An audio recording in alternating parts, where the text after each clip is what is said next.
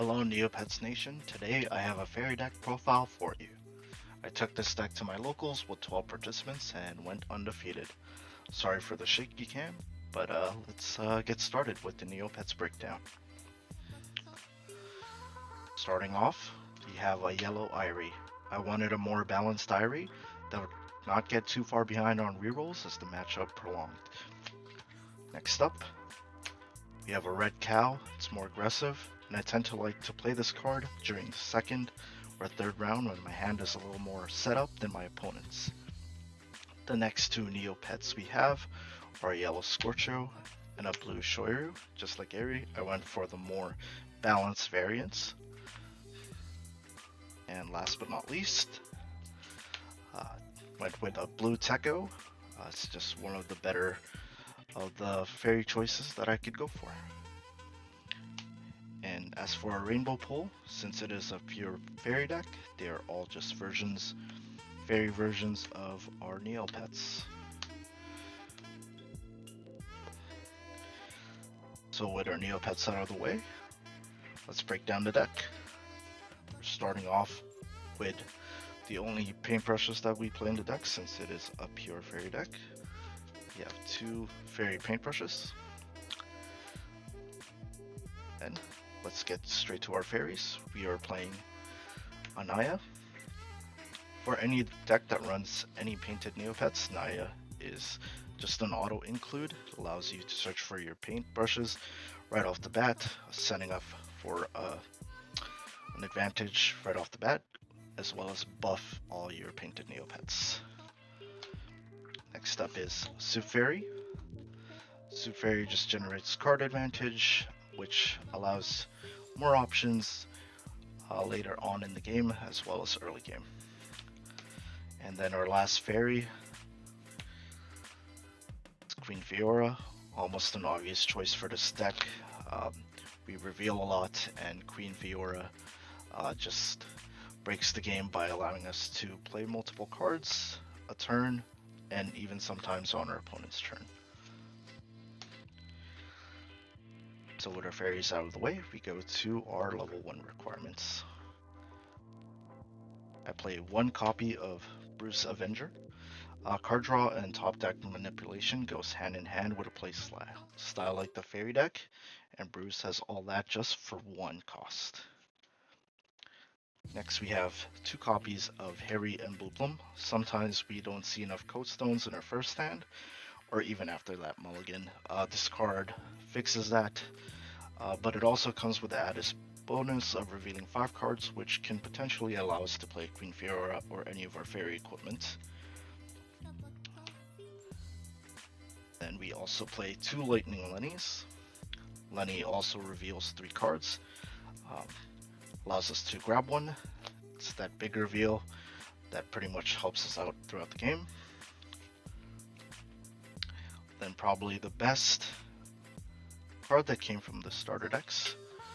We're playing 2 Nilos. Allows us to search for any level 1 requirement and play it. Usually this will grab the Harry and Blooplum in the early game, or Lightning Lenny if we're desperately looking for a certain card. And that's it for our level 1s. With our level 2 requirements, we're playing 2 copies each of the Battle Faerie Shield and the Blade of the Battle Faerie. Shield will generate extra defense during your opponent's combat, and Blade will generate extra attack during your combat depending on the number of equipment they reveal. Each one reveals 3 cards, which gives us better odds on possibly playing extra equipment or the very important Queen Fyora. And next up, we're playing 2 copies of Shield of Scorching. Not only does it prevent your Neopets from getting frozen, but it also punishes your opponent for succeeding with their attack by dealing them 1 damage in return. We're playing 2 copies of Siona. This deck heavily leans on the legends we are playing, so having something that can recur them is great. And lastly, for our 2 costs, we're playing 2 Hubert's Hot Dogs. Many decks are playing a variety of food, and we want to hinder that by playing this card. Speaking of hot dogs, moving on to our level 3 requirements, we have 2 copies of Hot Dog of Justice. Legends can make or break the game, so having an option to stop them is a great include in the deck. Play 1 copy of Battle Faerie Dagger. 2 points of damage without having to roll is always good, but without a way to manipulate the top of your deck, you might as well be rolling. It does still reveal a card, which works with what the deck is trying to do, so we keep it at 1. Next, we play 2 copies of Blackwing. This legend is essentially the engine of the deck. Not only does it reveal 5 cards from the top of the deck, it also allows us to add 2 of them into our inventory. In most cases, this card has been able to allow me to play an additional card or 2 just off the reveal. We're playing 1 Balthazar, pretty self-explanatory. We don't want our opponent to have or be able to use their Faerie at all. We're also only playing 1 Meuka, as much as this card generates a lot of card advantage by getting rid of an opponent's equipment and allowing us to play any card in our discard. What I've noticed is, at least at my locals, not a lot of decks were equipment heavy or ran equipments at all, making Meuka almost a dead card in hand usually. And that's it for our level 3 requirements. The deck does not run any level 4s, so we'll go straight into our level 5s. We're running 2 Blade of Ultranova, amazing card when it gets to that late game, getting in that extra damage and healing, and just overall probably one of the best equipments in the game. And the last card in the deck before we get to our Codestones is 1 copy of Khan the Unstoppable. It's a pretty great card all around, can go in pretty much any deck, slows down your opponents by pretty much resetting their board state, and if your opponent is running a low Codestone count, it sets them back that much further.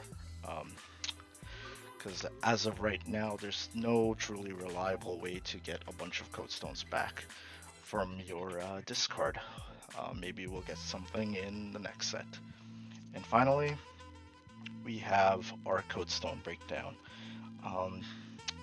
It honestly is up to you whether you decide to go a more aggressive route by putting more attack codestones or a more defensive route by putting in more defense codestones. I went with a more balanced route, so I run 18 codestones altogether, and I run 6 of each, so 6 agility, 6 defense, and 6 attack. Again, you could do your codestones however you'd like. I just chose mine to be more balanced. And yep, that concludes my deck profile. Hope this gives you some ideas on how you would like to construct your own Faerie deck. Thanks for watching. Until next time. Goodbye.